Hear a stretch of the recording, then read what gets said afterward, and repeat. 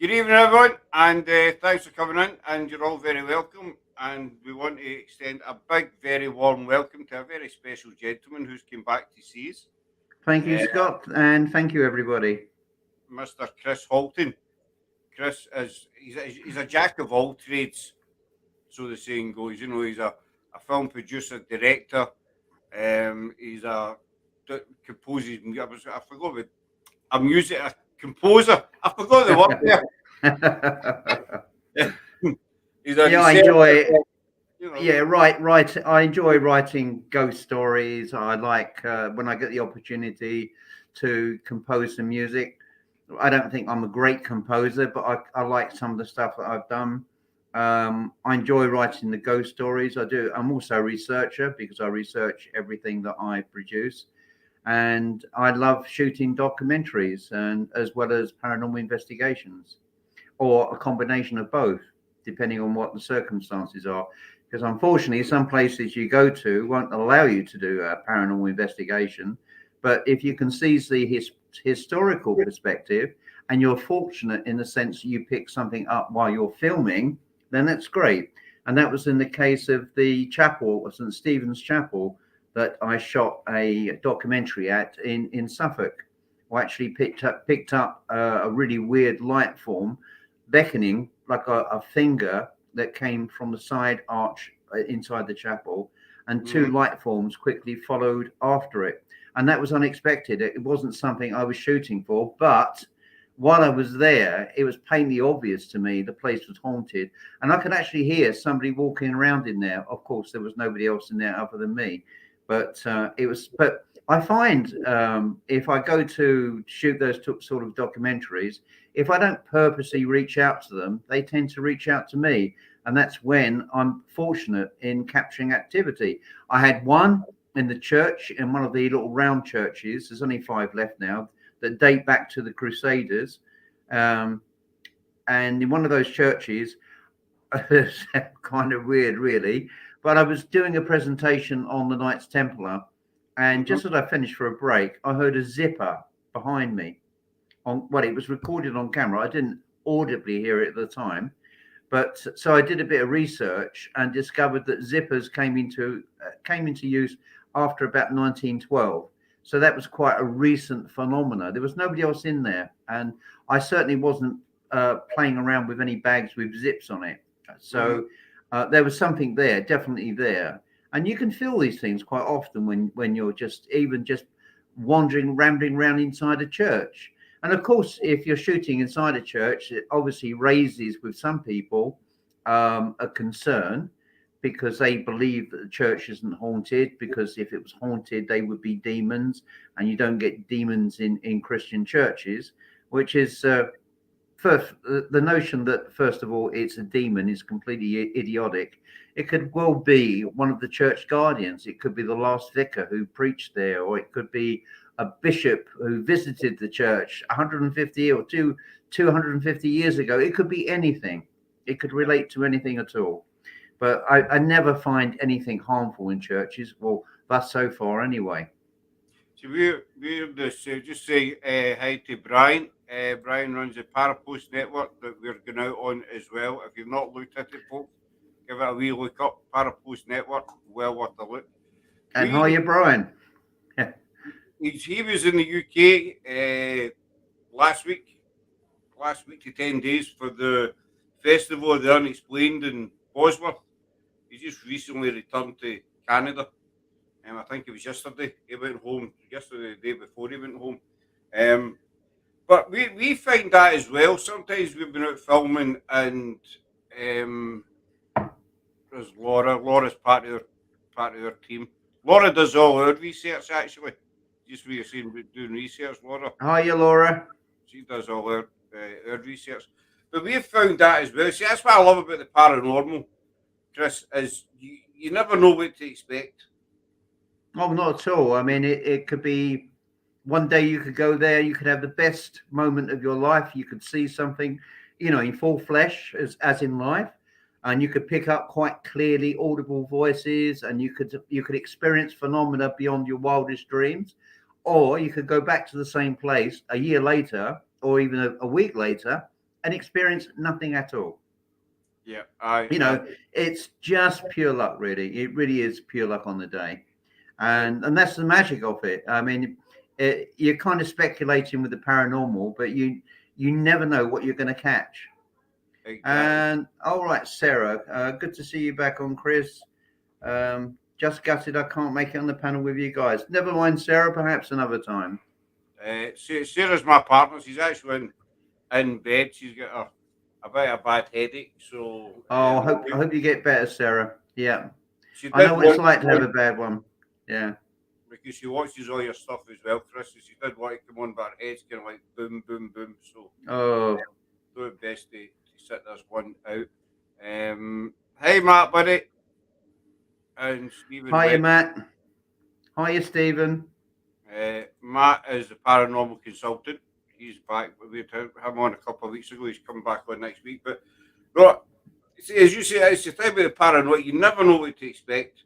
We've had it ourselves. We've been in locations and we've had loads of activity, and then we've been back a day or two later, and there's been nothing. Then we've been back, and we've had loads again. Yeah, I also find sometimes that the people that you're with could create a negative effect. Sometimes there are people that just have that kind of negativity that spirit refuses to engage with. I Mhm. can't say I've had that in the last 5 or 10 years, but I have had that experience with some individuals in the past, where as soon as they made an appearance, it just suddenly went quiet, dead.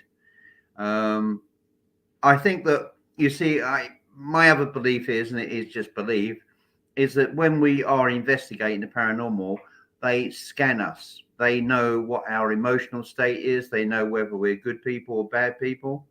They can pick up negativity quite well as positive energy. Mhm. And I think that also has a part to play in how you react or interact with spirit. So it's very important that wherever you go with anybody, that they are, if you like-minded people, like-minded souls that are going to attract rather than deflect any attempt at capturing any type of paranormal activity. Yeah, 100%. I mean, it's like in real life.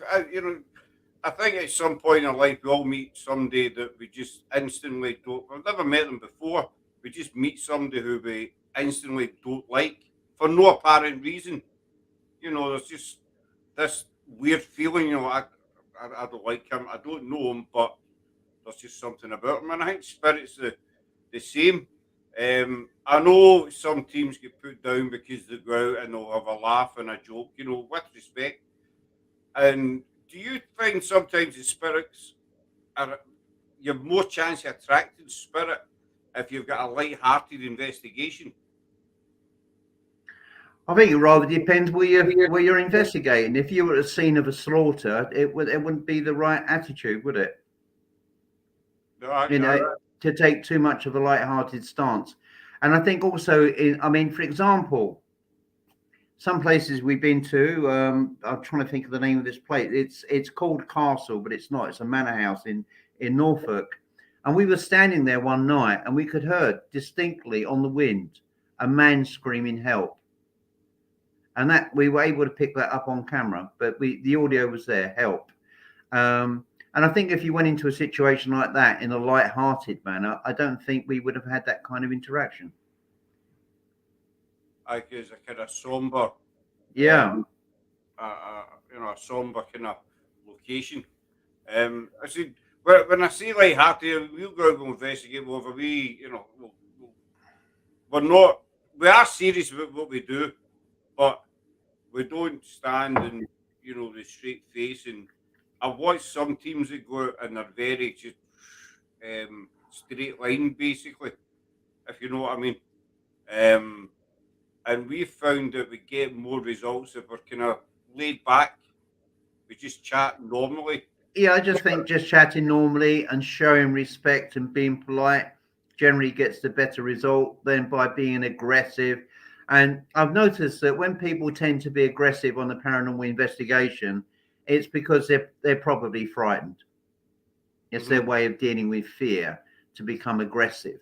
A bit like I mean, it's the same with people, isn't it? If you're two people, you've seen these people in the street rowing with each other.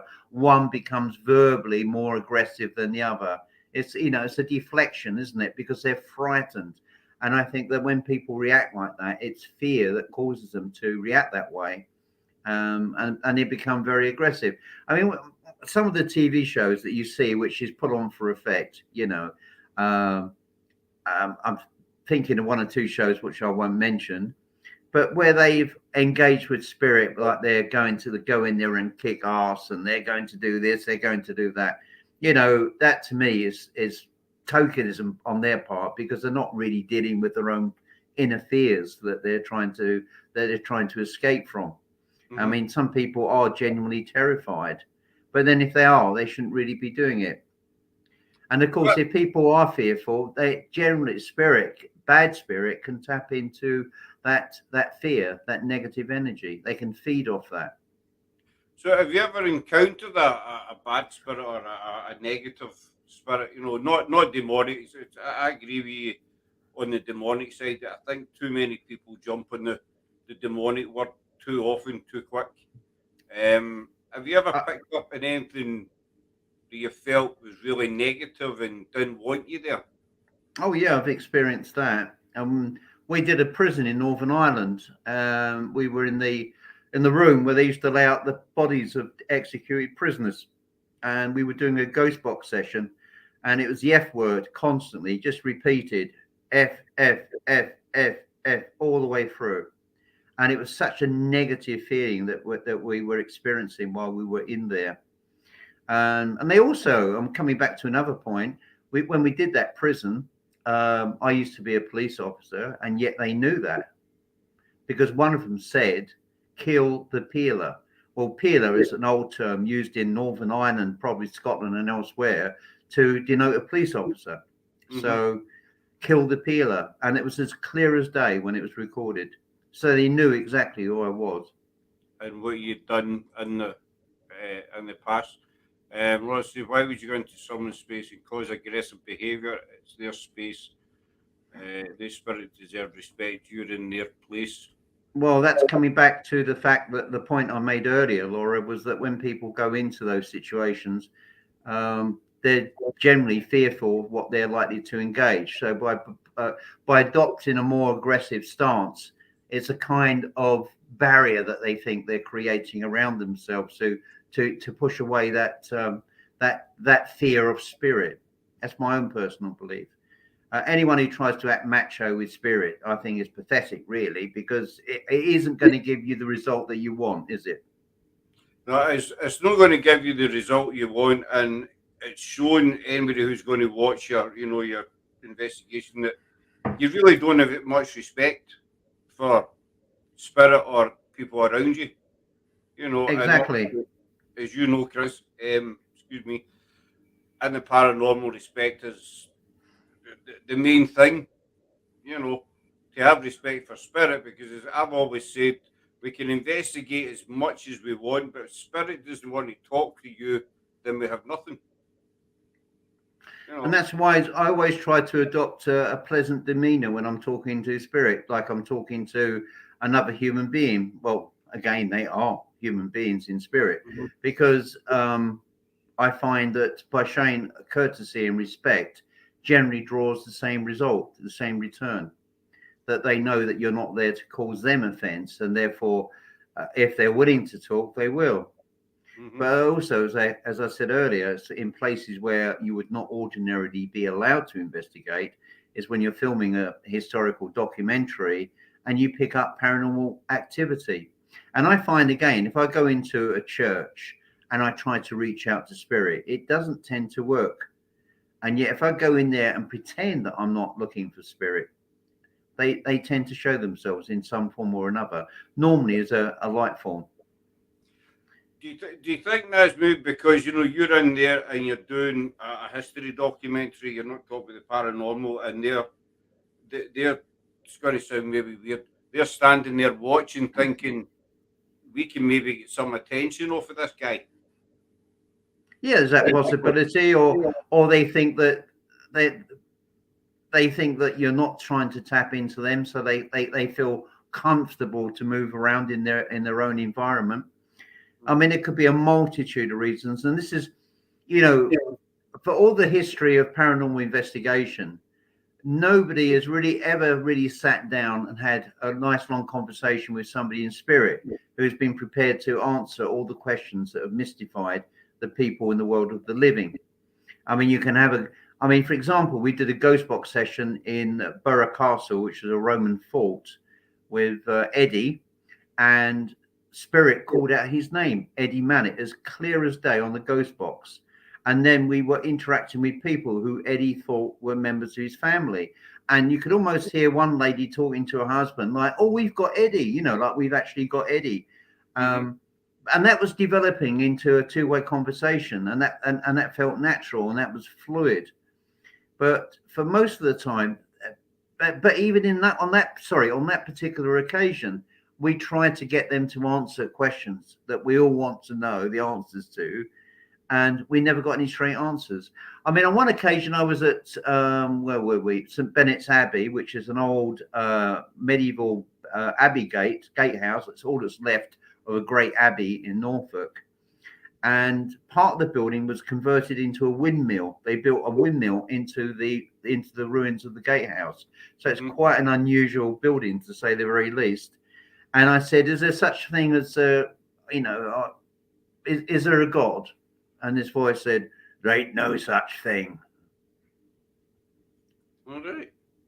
And he was a miller. We think, well, I'm pretty sure he was one of the millers that worked there.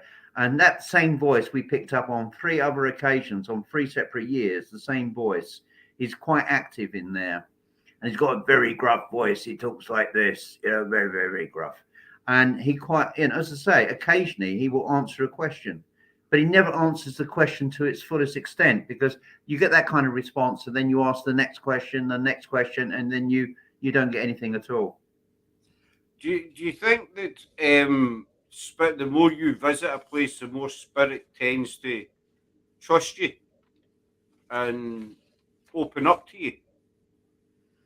I think sometimes they do, but only to a point, or the line of communication is broken. And I think partly in principle, it's because you're dealing with an energy that is using up its juice and being able to try and to communicate with you.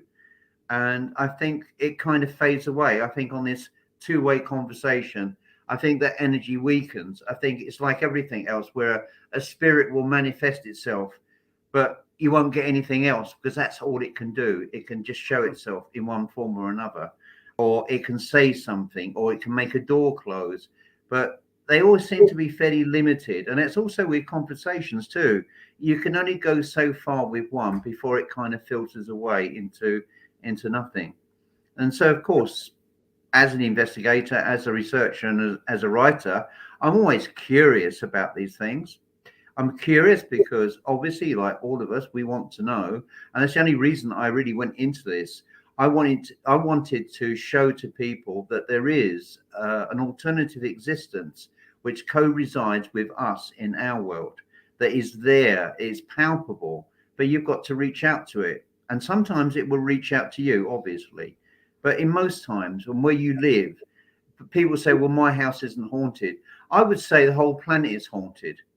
But my contention here is that not in every place do they want to reach out and communicate with you. I mean, in my house is haunted. We can hear people having a two-way conversation with each other. We can, very faintly, but you can hear it. It's quite clear enough. And you can hear people walking around the house very faintly, but you can hear people doing that. And sometimes you hear people walking into the kitchen, and you're in the kitchen and there's nobody there. It doesn't frighten me, because it's something that I'm used to. As long as you know what the parameters are, you can deal with it. You can cope with it. Totally. We've got 2, maybe 3 spirits in this house. The most common thing we feel is we'll be sitting in the bed and you'll feel the mattress going down. And sometimes we think it's one of the cats, but you turn around and there's nobody there. But you feel the mattress being pushed down.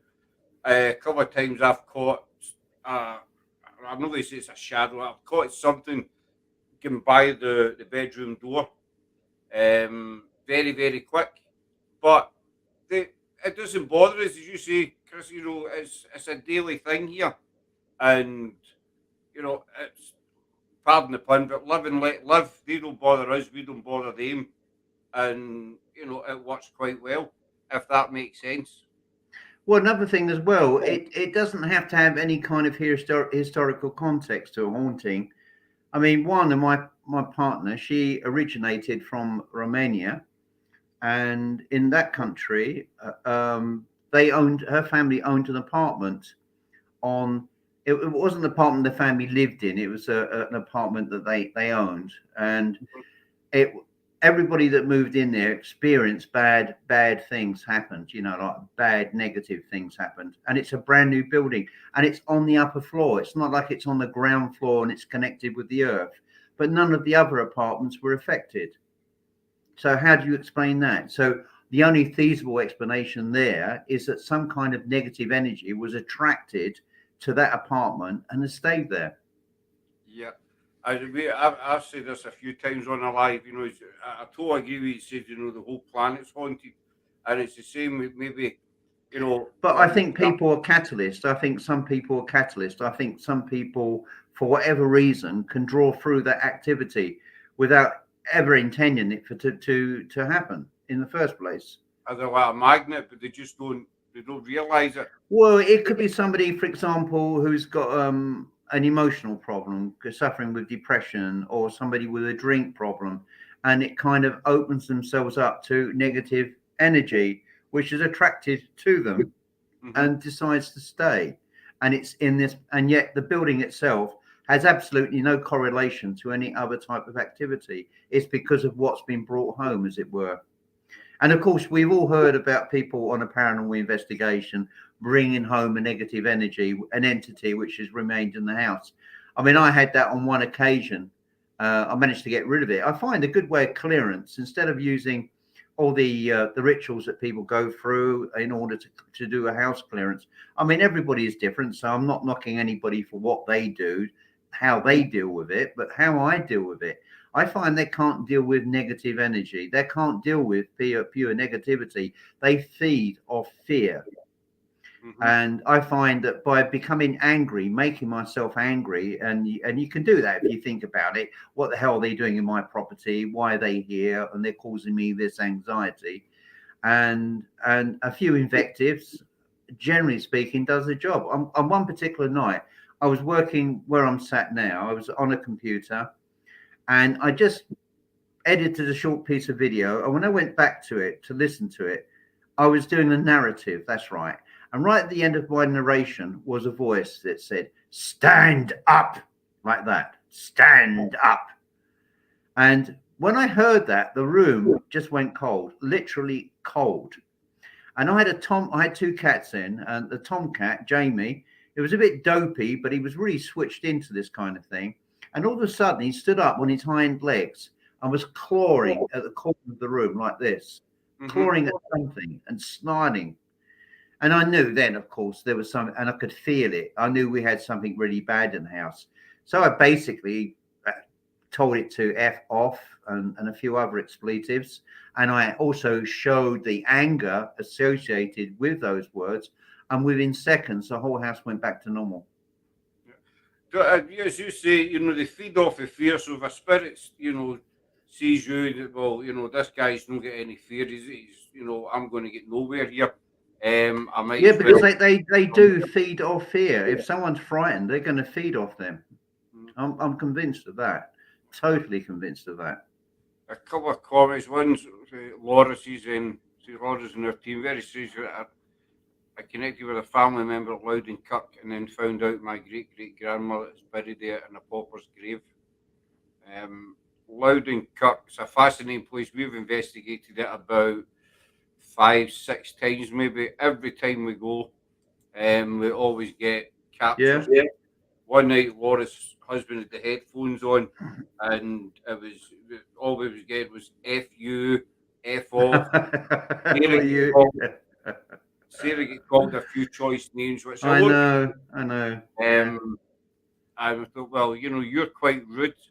I'm totally agree with Chris. The more you go and show that you're being respectful, the more the spirits will open up a little more. Um, No, William thanks, William. Mm. William is part of it's one half of Paranormal Exposures. They're actually coming over here in April. We're going out with them. It turns out that William and I are from the same part of Glasgow. We just didn't know each other. He's in America now, his wife, but they're over here next month and we're going out together, so we're looking forward to that. Obviously, I watched a lot of your stuff, Chris, and Sarah will tell you, I watch it over and over again because the thing that gets me about you is, you watch some documentaries, and no disrespect to, the presenter, whoever's doing it, and it's kind of flat and stale, but you've got this knack that you kind of draw the viewer in with your narrative, if that makes sense. You make it interesting. Yeah, I think that's very important. I mean, at the moment, what I'm trying to do, I'm doing stuff which I did a piece on Lavernon in Suffolk last year, like the medieval town in Suffolk, and I also spoke about all the hauntings that were associated with it. So it wasn't an actual investigation; it was a talk about the history of the place, unusual things that have happened in the past, because it's always been used by major film companies as a location because of its background. I mean, the most famous, of course, was Witchfinder General with Vincent Price was filmed there. Oh, I remember that film. Yeah, I mean, that was so. It's got a lot of historical associations and also connections with the paranormal. And I think I like that kind of blend of talking about local tales and ghost hauntings that have been reported. And I'm doing a similar thing at the moment with Cambridge, the city of Cambridge, which of course is composed of 31 in total universities or semi-autonomous teaching schools, which makes up the University of Cambridge. So the whole town, the whole city rather, is just like one giant university, for want of a better word, with all kinds of people living there, from people from abroad as well as local people. And there are so many legends attached to it, and of course, so many famous people went there as students. So you're also talking about them. An interesting tale I heard was about Cromwell, Oliver Cromwell's head, or his skull. It disappeared. What they did when the King Charles II came to the throne, Cromwell by then, of course, was dead. So he ordered the conspirators who signed the death warrant against his father, Charles I, for their bodies to be exhumed and then publicly hanged.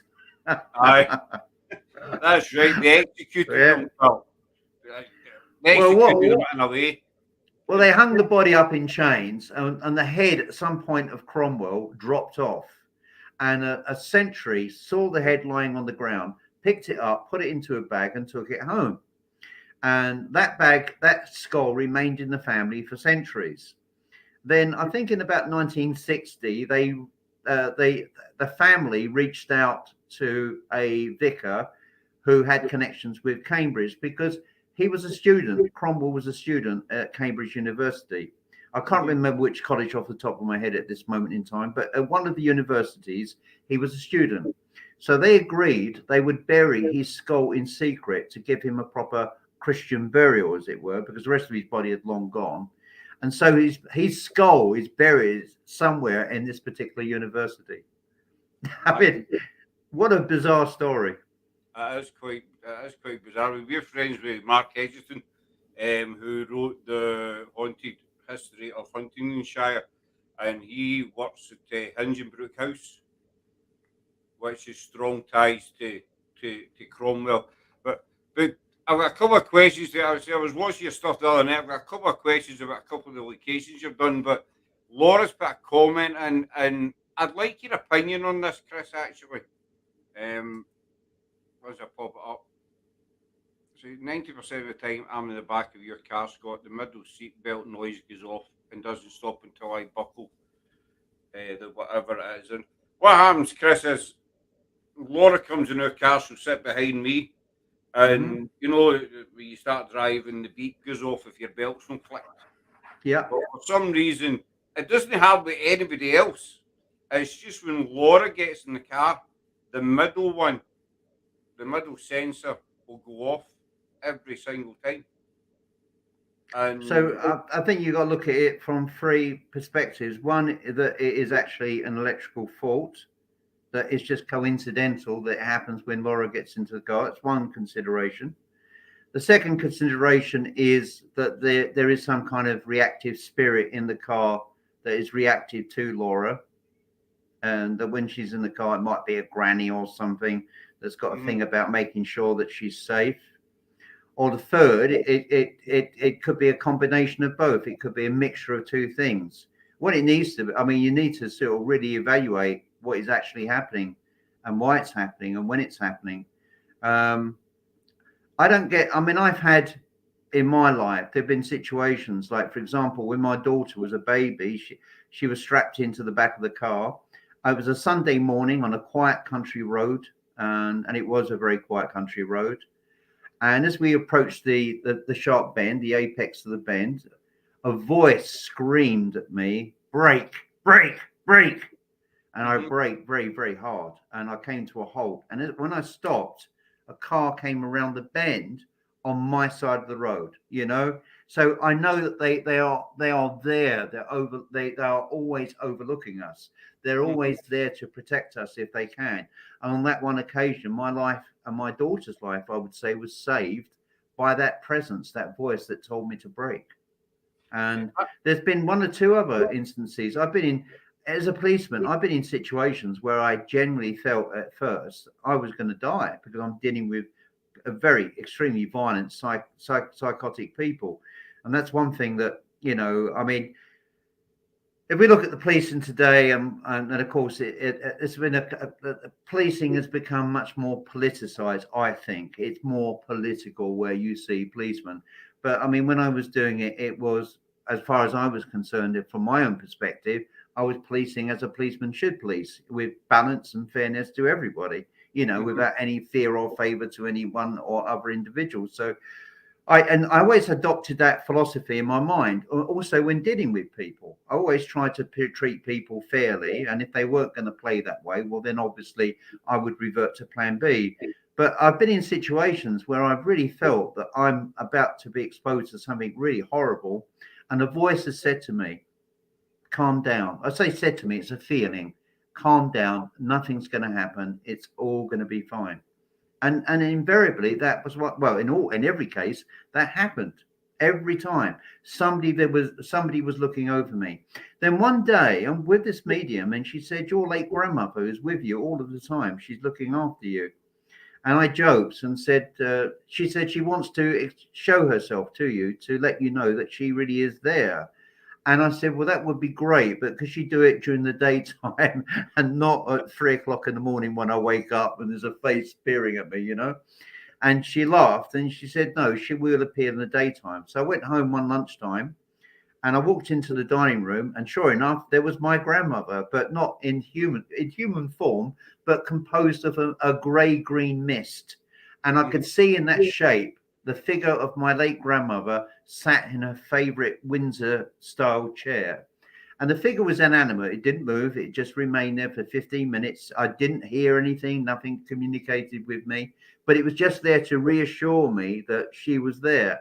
And I'm thinking, am I imagining this? I mean, could this be imagination? Then my two cats walked in and they both stopped dead in their tracks and stared at the mhm, same thing that I could see. And yet, when a girlfriend walked into the room a few minutes later, she could see nothing at all. So it was something that only I could see. Then after 15 minutes, the figure just broke up. It just broke up into wispy mist and just gradually evaporated, completely disappeared.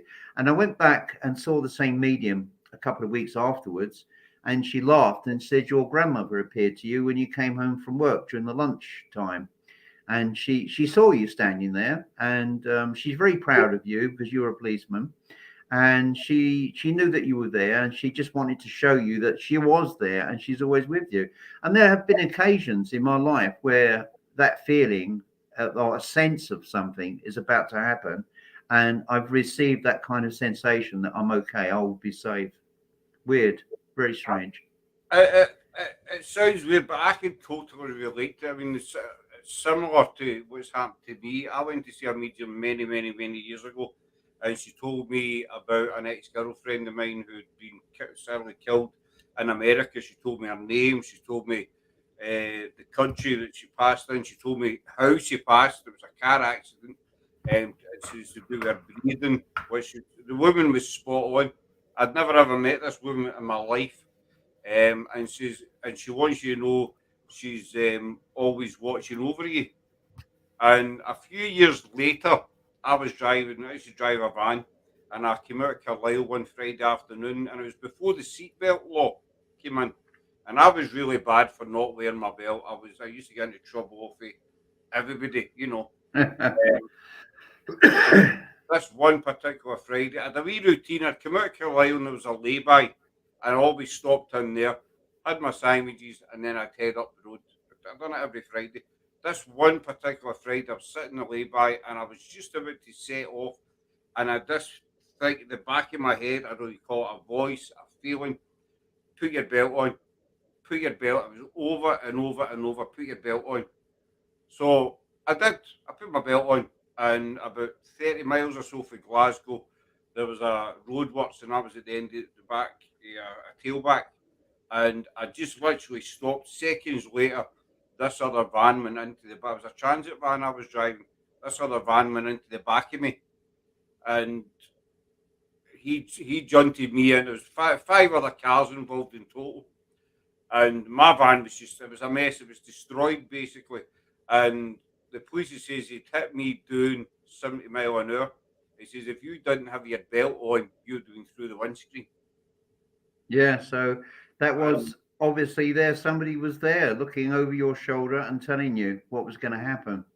I mean, it's just fascinating with all the things that have happened in my lifetime, where I've been warned about things that you picked up, and I think that is the same for most of us.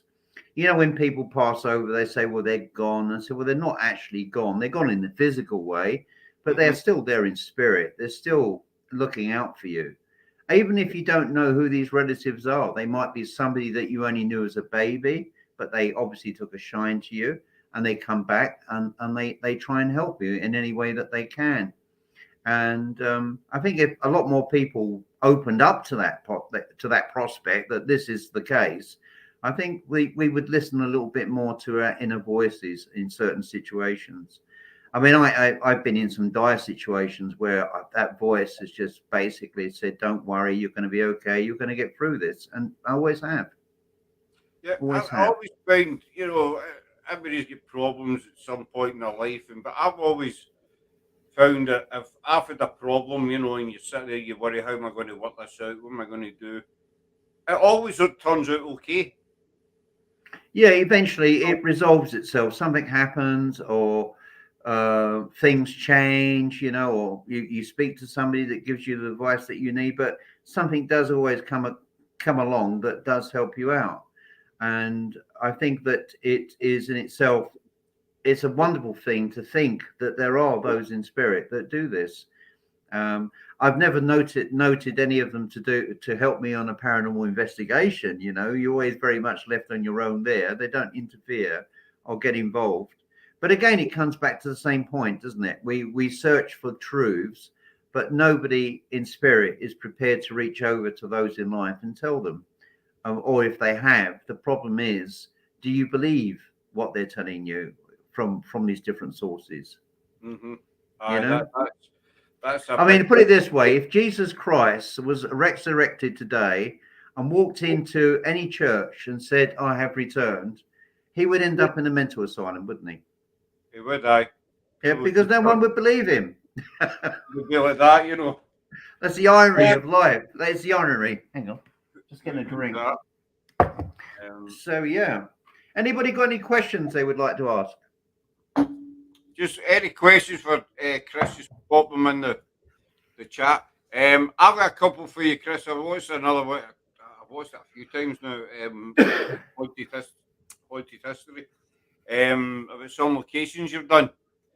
One was St Andrew's Church, and I might now, if I pronounce this wrong, then I do apologise. Warwickshire, Warberswick. Worbiswick. That's Yeah. the one. I was watching that the other night, and I found it interesting because when you were filming there, you says you'd already had an experience prior to that visit at the same place with Well, someone. I was in there. I was in there one day, and I was talking about the history of the place, and somebody was tapping on my microphone. I could hear bump, bump, bump, bump, bump, bump, someone tapping, their finger tapping on the microphone. And of course, I was using my hands to express myself. So it wasn't me at that moment who was tapping on the microphone. And of course, that church is associated indirectly with the author, um, George Orwell, or Eric Arthur Blair, who wrote 1984. And he went to the church. George Orwell did not believe in the paranormal. He had absolutely zero belief. He thought it was complete nonsense. But he was open to experiences. So he went there one day. He was researching for a book called A Clergyman's Daughter, and that was in 1931. And he went to the churchyard, and part of the church is in ruins because some churches were reduced in size because their congregations got smaller. And in this particular case, this church at Walberswick had part of it removed, and it was just the ruins of the church. But there was an archway that was still standing, and he saw a man walking through, wearing I think it was grey or greenish coloured clothing, but he didn't give him really a second look. But he got the impression that he was a workman. And he saw him, I think he saw him walk past him, and he went towards the church. But something inside him told him that there was something not quite right about what he had just seen. Now, bearing in mind, as I say, he did not believe in the paranormal. So he wandered into the church, and he saw in the church the vicar, and he saw a workman who was replacing some ceiling beams, oak beams, in the roof of the chancel. And it was a chill moment. And he wrote about this. He wrote it in a letter to a friend, and it was sold, I believe, in Sotheby's or Christie's auctions about 12 years ago. Someone paid about $1,000 for it. And I mean, I would have loved to have owned that letter written by George Orwell or Eric Blair. But yeah, he gives a full account of his experience, his first and only experience with the paranormal. So anyway, I wander into the church, having read all of this, and I've got a copy of his letter. So I'm actually following his letter to the T. So I wandered into the church. Obviously, there was no workman and no vicar there. But as I wandered into the church, I looked up at the ceiling where these beams had been replaced. And guess what I saw carved on the beams? His name? 1931. The year they replaced those beams. Yeah, I mean, and it was like I don't know. You have those moments. You get a cold shock that goes down your spine. I know exactly. When you're standing in a church or an old building or something, and what I love about the history is that you stand there and you think how many people have passed through here or stood here. What have they seen? You know, it was like we done Pendle last year. We spent 4 days in Pendle, and we went to a church, St. Bartholomew's. We went to, and there's a door. I don't know if you've ever been to it, but it's got one of the doors is the original door dating back to the 1600s. And how they've managed to keep this door maintained, I've got no idea. But I was standing just looking at it, thinking how many people have walked through that door. You know, and more importantly, how many terrible deeds have taken place in that building? Yeah, especially think 1600s. Depend. I know that took place at Lancaster and what have you, but that's where Roger Knowles is buried, and that's that graveyard. But it just makes you wonder. Well, of course, many thousands of people, and when you walk into a medieval church, it's almost mentally difficult to comprehend how many people have been through there in over the years. I mean, the problem is today when you go into any churches, the congregations invariably are pretty small, and in some cases they're non-existent. So the church then becomes the responsibility of the church's conservation trust or some similar body that oversees the maintenance and responsibility for that building. But in years past, when you can see all those empty pews, you know that there were hundreds of people in that congregation that went to that church. And if you multiply that each year, time on and time on, day by day, it's the number of people is almost infinite, really. It's many, many thousands of people, You, all you, with their various problems, their life experiences, everything. you can't go. It's the same with Edinburgh. We've done a lot in Edinburgh since we started. I love Edinburgh. Well, everybody in the team just loves Edinburgh, especially the old town.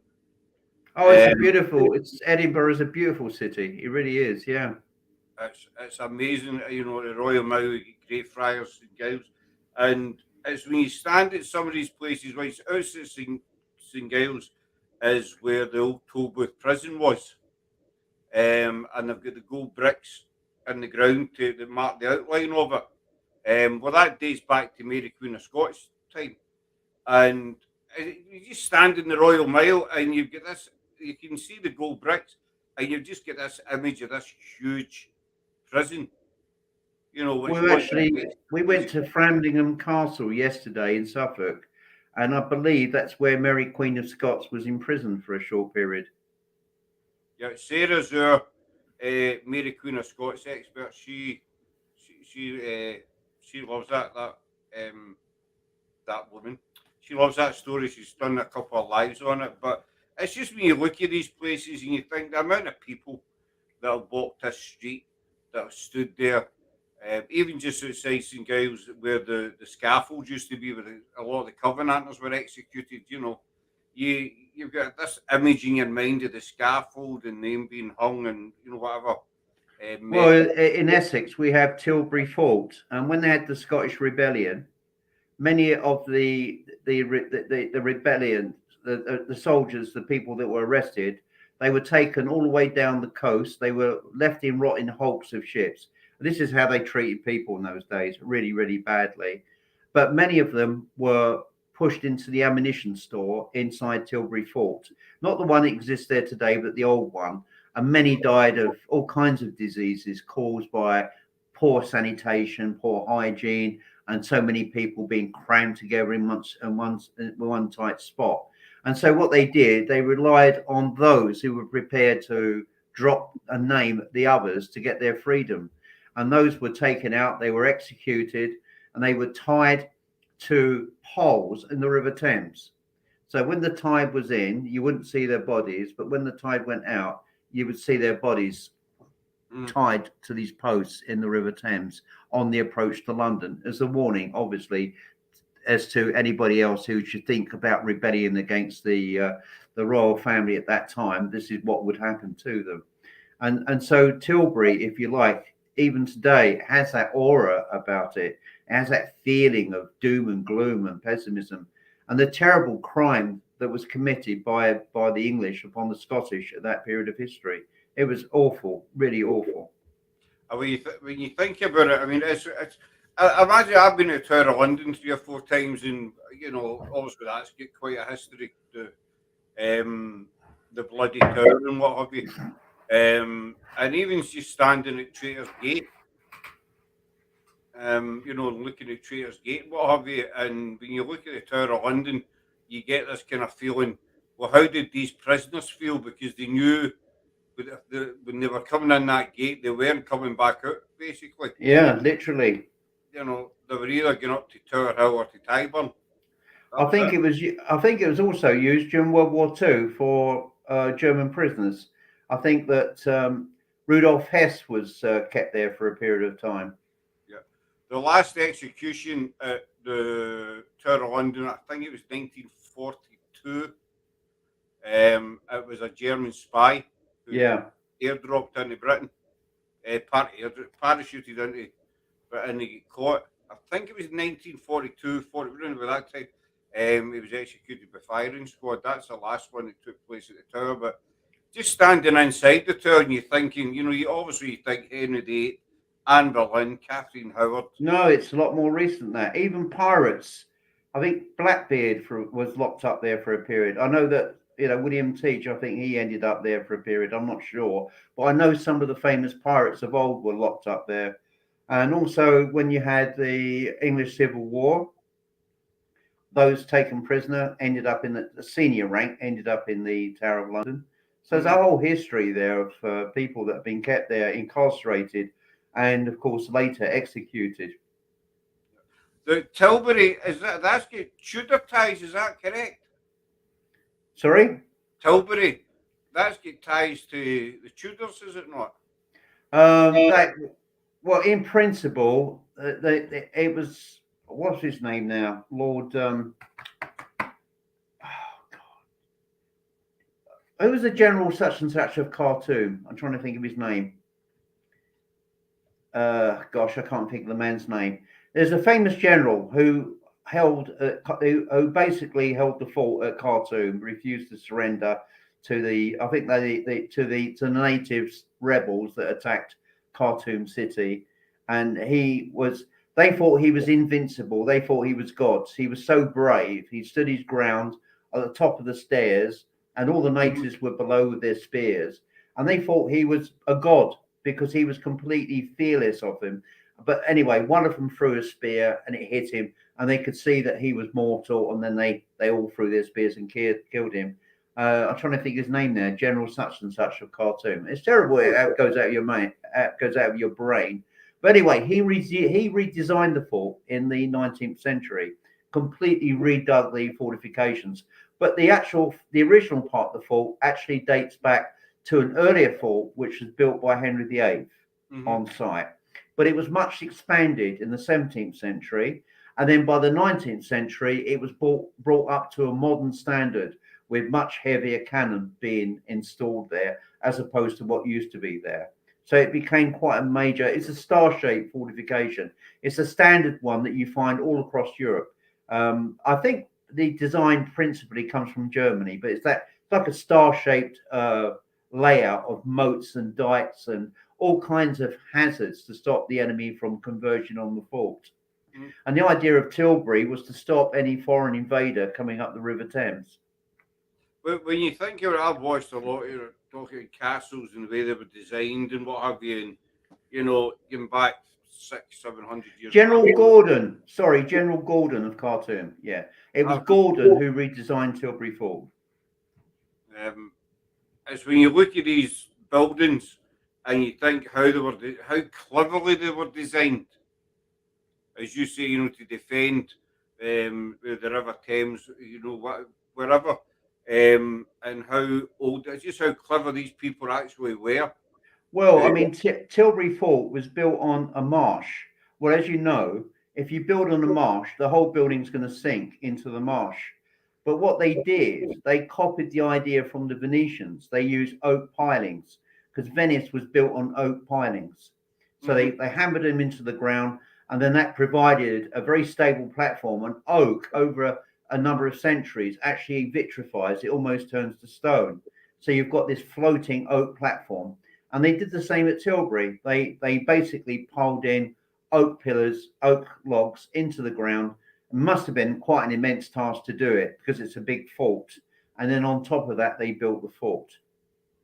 But And the one thing they couldn't get over was the lack of, they couldn't understand why soldiers drinking from the well at certain times of the year would fall ill of various diseases and die, which obviously the water isn't hygienic. And then one day an officer came along who was a doctor, examined the water and took it away and realized it was the disease was coming from the water in the well. So they changed the hygiene there to a more modern standard. And instead of taking water from the well, they actually installed pipe work so that they could drink clean water as it came through. Because let's face it, if you're under siege and the only water you had to drink was coming out of the ground, you're not going to win, are you? no, no, it's a lose lose situation. It's just the other four I find fascinating is the Napoleonic one that you done. You covered that as well. The round one. Oh, gosh, which one are we talking about here? The Oh, yeah, Napoleon. the one at Harwich. Yeah, the redoubt, the round, the yeah, the Harwich redoubt. Yeah, Mhm. that's a very active building.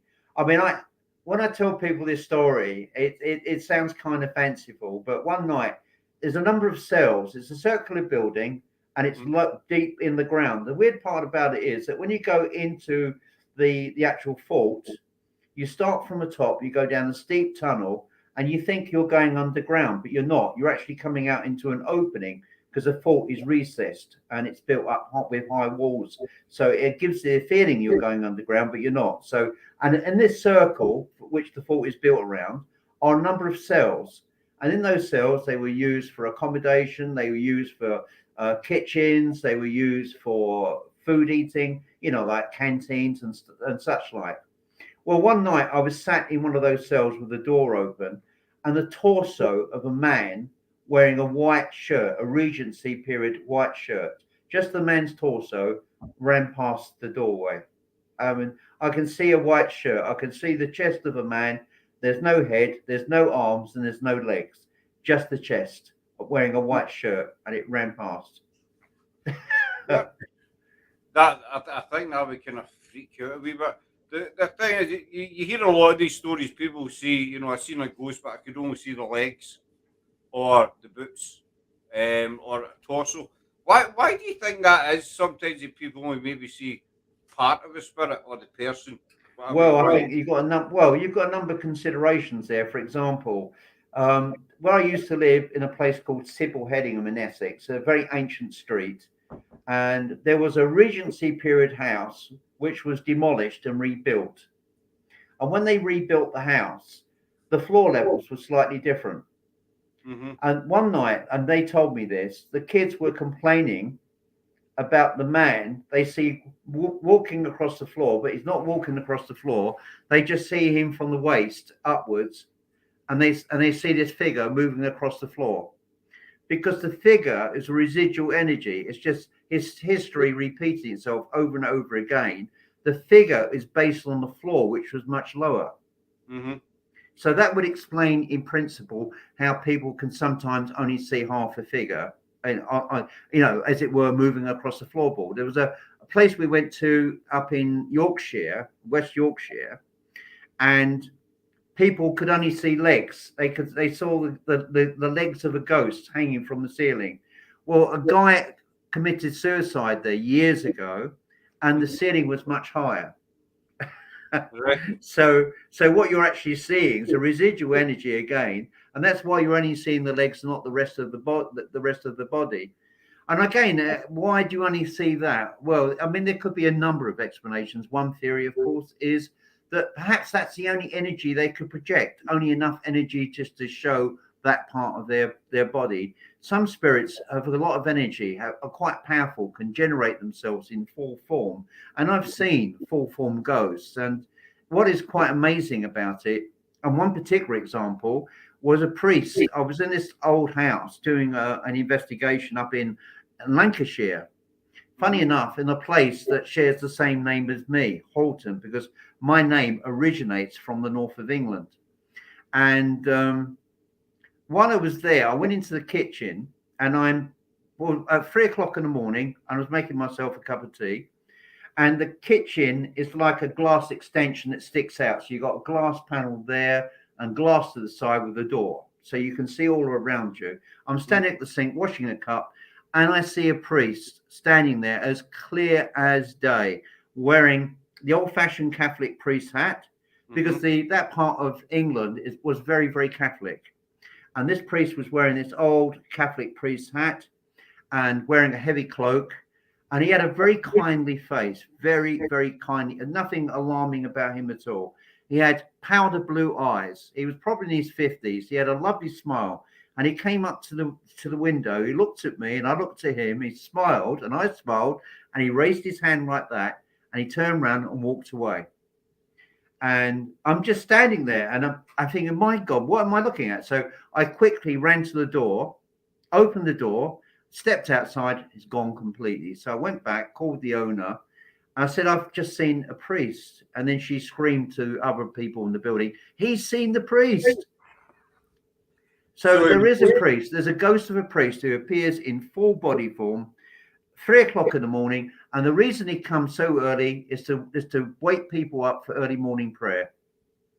Oh, right. And And it's there he is. basically want to say, say hello and make sure you're up. Basically, or Yeah, something. yeah, he was basically making sure people were getting up early enough to make sure they got to prayers at probably at 6 o'clock in the morning or whatever time it was. But it was kind of weird, and yet he was a very kindly man. I didn't feel perturbed in any shape or form. I felt quite relaxed, but he had a very kindly face. I was reassured by his face that he wasn't a bad person. But I knew that I was looking at a ghost. But when you're looking at something, you know it is a ghost. Mm-hmm. Your brain still cannot accept that you're looking at a ghost. You feel it instinctively. You're looking at spirit. I had the weirdest occasion in my own home. When my two cats were alive, I came up the stairs one day and standing outside this room I'm in at the moment were my two cats staring at a marmalade cat, a ginger and white cat. And obviously, I haven't got a ginger and white cat. Mm-hmm. And they were both staring at this cat. And as soon as I disturbed all three of them, my two cats ran downstairs as cats do. You know what they're like when you catch them Oh, we've unaware. got two cats. And the third cat ran into this bedroom. But the weirdest thing was the bedroom door was closed. The cat ran a physical mass of what I could see as a real cat, ran through a solid mass, the door completely ran through the door, completely absorbed by it. So I knew it's spirit energy because there is an animal that haunts this property. So to actually see this physical mass pass through, solid physical mass, is kind of your brain just cannot compute it. It's very difficult to accept it in your head that you're seeing something that, of course, is impossible under Yeah, the rules of physics. you you can feel it, but you just can't compute it. But I mean, some people say to me, "Have I ever seen a ghost?" I say, "Well, to be honest, I don't know because who's to say?" Let's face it, ghosts or spirits can take many shapes and forms. See through. Well, Solid. you could be shopping. When you go shopping down any old high street that's got a history, how do you know that even people in modern day clothing, how do you know that they're not actually in spirit? Mhm. I've said the exact same thing before. You could be walking towards someone in the street, and how do you Laura know that Dawson says people that are? she saw a cat who passed away 4 years ago all the Yeah, time. Yeah, I'll tell you a story about my cat in a minute, Laura. But yeah, I mean, when you see, you don't know that any of these people you're looking at are actually real. You accept they're real because your brain sees them and it tells you that they're real. I'll give you one. I was in Wales working as a researcher for a film company, and I was engaged to speak to a very posh part of Cardiff. To speak to a film producer who did a documentary on a particular subject they were researching. And I was standing at his front door talking to him, and a woman, a very bedraggled looking woman, walked past wearing an anorak, carrying two heavy bags of shopping, walked hmm past me. And I don't know why, but something in my head said there's something not right about this woman. And as I stepped out, I was waiting for the guy to answer the door. I saw her walk past and I turned to the door and I'm thinking, no, this isn't right. So I stepped back out onto the street and she was gone. I walked down the street and there was no in the period of time that I saw her, there was no possible way for her to have disappeared. No she way at all. It was just walling all the way down the street. There was no way that she could have disappeared. But I just knew that that wasn't right. But if I wasn't paying any attention to it, I would have dismissed that as somebody that was walking past that house with their shopping. And one occasion, I was with a policeman who was a complete skeptic.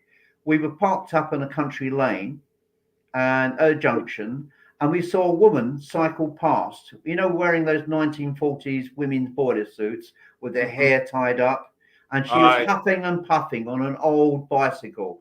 Well, there are women that like to dress up like that occasionally, so you don't tend, although it looks a bit strange for this period, you don't tend to sort of add any emphasis to it or any relevance to anything, do you? You just, oh, yes, a woman dressed in a bodysuit.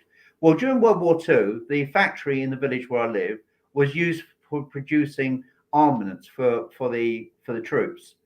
And of course, they engaged a lot of women that cycled in from neighboring towns and villages. Well, this lady who was dressed in his clothing, and she cycled around the bend and disappeared. And we both thought, well, it is strange to see a woman dressed like that riding an old-fashioned bike. So I don't know what it was, but we both decided to follow. So we drove off in the police car. As we went round the bend, and again, there's nothing but hedgerow, she was gone. Totally gone. Yeah, we had one brief space in time. We saw the ghost of that woman cycling to work.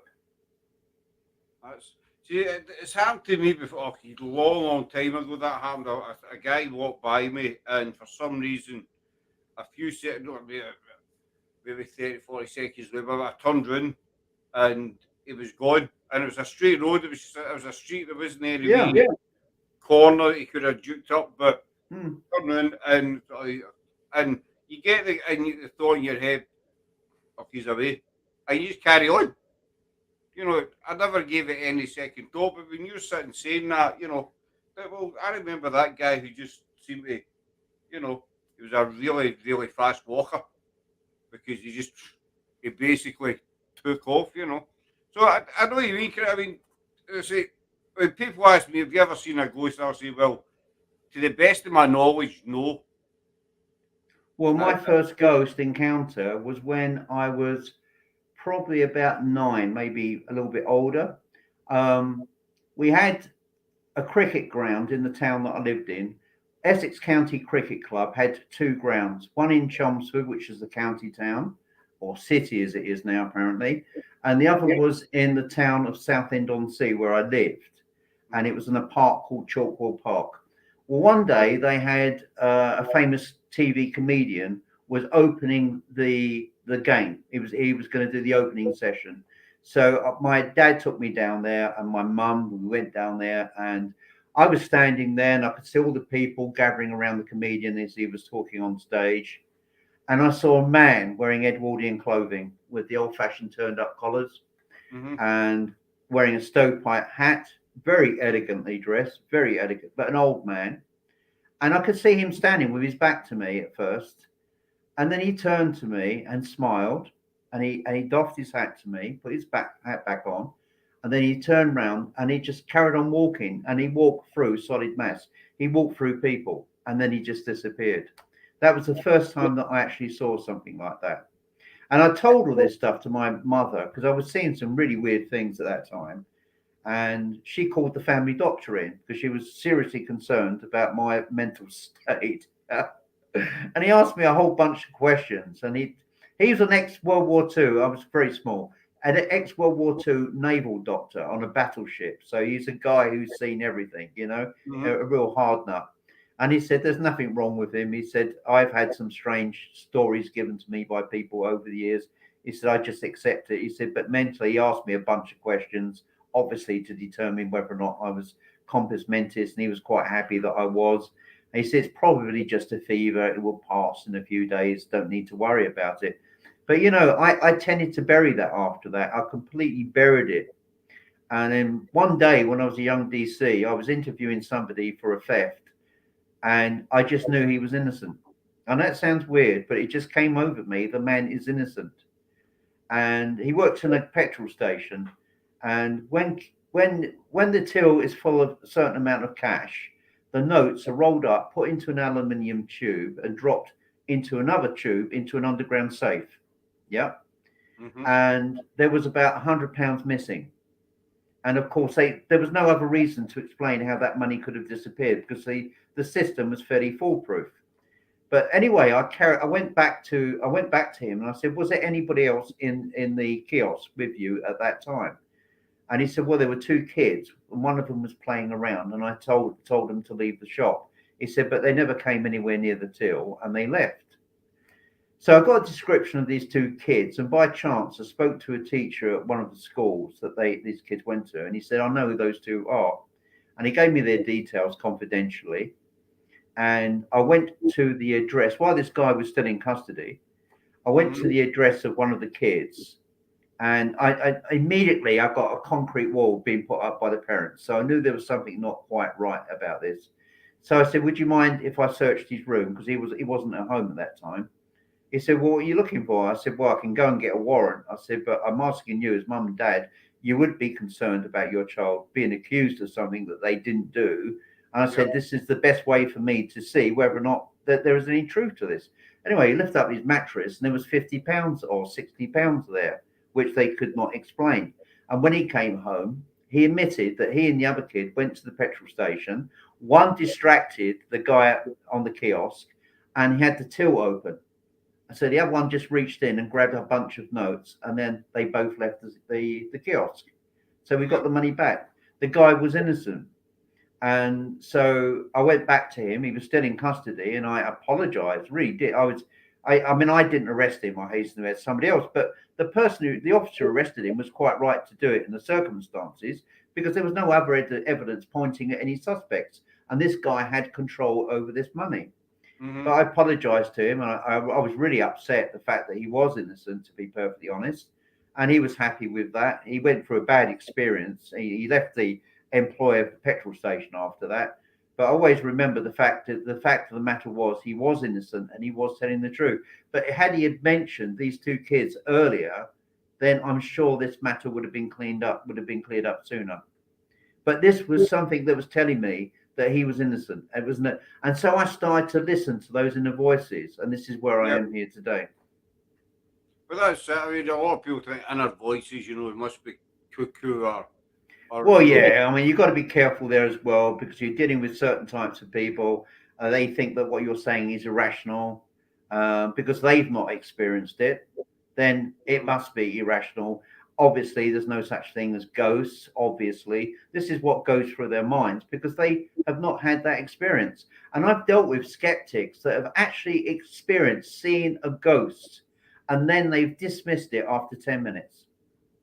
For 10 I'll, minutes, for 10 minutes, this guy was like, wow, wow, this is incredible. I never believed in this. And yet I've witnessed this. 10 minutes later, no, I think I imagined it. No, I must have imagined it. No, I didn't see anything. do you think that's maybe? I know I've spoken to quite a few people, and I know a lot of people they believe in the paranormal, or they've got maybe it's true, but they won't admit it because they're kind of worried in case it makes them look like an idiot in front of their Well, family yeah, or I mean, friends or it's whatever. obviously a deep-rooted fear that they have of ghosts, of the paranormal. It scares them, and therefore, if you're frightened of the paranormal, you believe in it. Because if you didn't believe in it, you wouldn't be scared, would you? No, no. I always say people, if you're skeptic, well, then come out in an investigation and just see what happens. Maybe nothing will happen, or maybe something will happen that we can't Well, explain. the thing is, Scott, there's two types of skeptics. There are the open-minded skeptic that okay, I admit I have not experienced any of this, but if I did, it would change my mindset. I would believe in it and I would want to know more. And then you've got the other type of skeptic. No, it can never be any of that because that person has, for some reason, a deep-rooted fear of things that they do not understand or cannot control. See, my dad was with that. God rest him. When he found out he passed away with cancer, I'm getting back in 1995. When he found out his ticket was punched, basically, as he Yeah. used to say, he was like, that's it, done.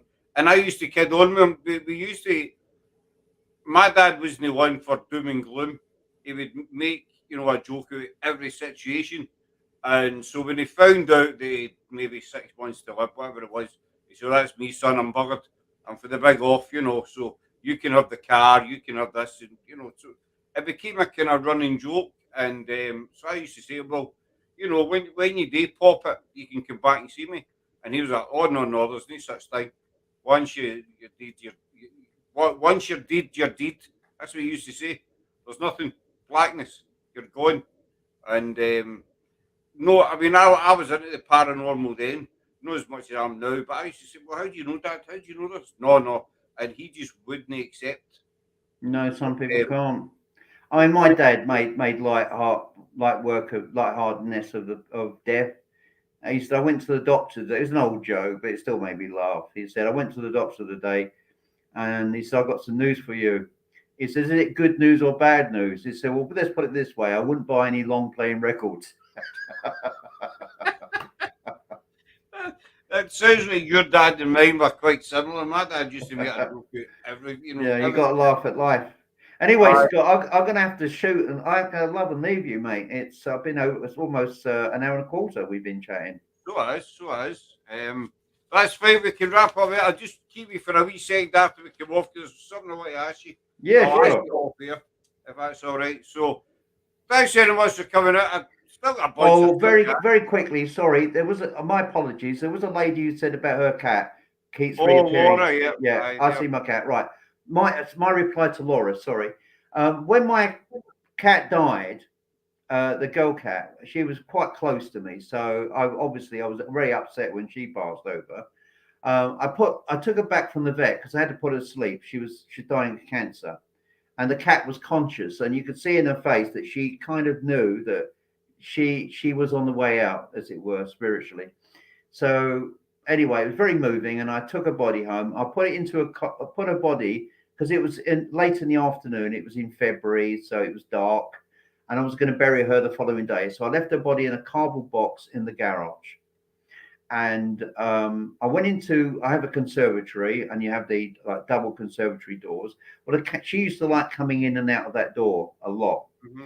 So I was sat in the conservatory, and obviously not feeling happy with myself because it is quite, you become very attached. I'm very attached to my dog, and when she passes over, I know it's going to hit me very badly too. But anyway, I heard her meowing, and I looked outside the conservatory door, and there she was, as in life, sat there smiling with her eyes, wanting to come in. I know it's crazy. I'm thinking perhaps she's not really dead. Perhaps she got out the box and I mean, it's illogical because the box was in a locked garage. I mean, you So can't anyway, help. I opened the conservatory door, and as with cats, we have this ceremony, don't we? You have to step back when a cat comes into the room. So I stepped back, waiting for her to come in, but she didn't. She just stood there, and she smiled with her eyes, and then she leapt sideways into the dark. And as she leapt into she was black, by the way.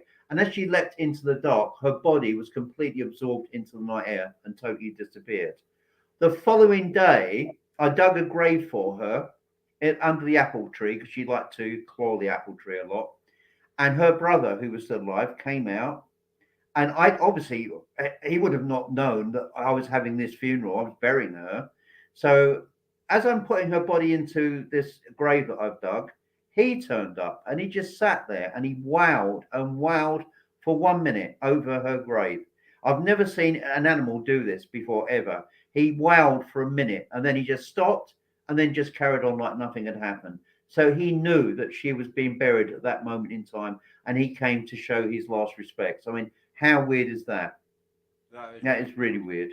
Came to say goodbye. Maybe the cat that passed away was coming that when you see her and she jumped into the darkness. Maybe that was her way of saying Well, goodbye. he was incredibly psychic. He was the guy that sat in the corner on his feet, and he was clawing at that invisible figure in the corner of the room. That on the story that I shared earlier. So I think that he knew, and I think that he came to show his last respects. It was just bizarre. Yeah. But it was, yeah, it was a very weird experience. Very, very weird. But the paranormal's weird as well, Chris. Anyway, thank you everybody for listening to me drone on for the last hour and 15 minutes. I thoroughly enjoyed it, and thank you very much, Scott, for the chat. I really appreciate it. You're very welcome, Chris. As I say, you can listen to you for hours and hours, and sometimes I do on the TV. But we'll say good night there just now, folks. Thanks for coming in. Major big thank you to Mr. Halton. We're back tomorrow night for the final leg of the quiz between us and Andy and Kirsty Murphy. Don't miss that at 9 o'clock. So hopefully we'll see you then. But thanks for listening tonight, and we hope you enjoyed our chat. So take care for now. Bye. Bye bye. Night night.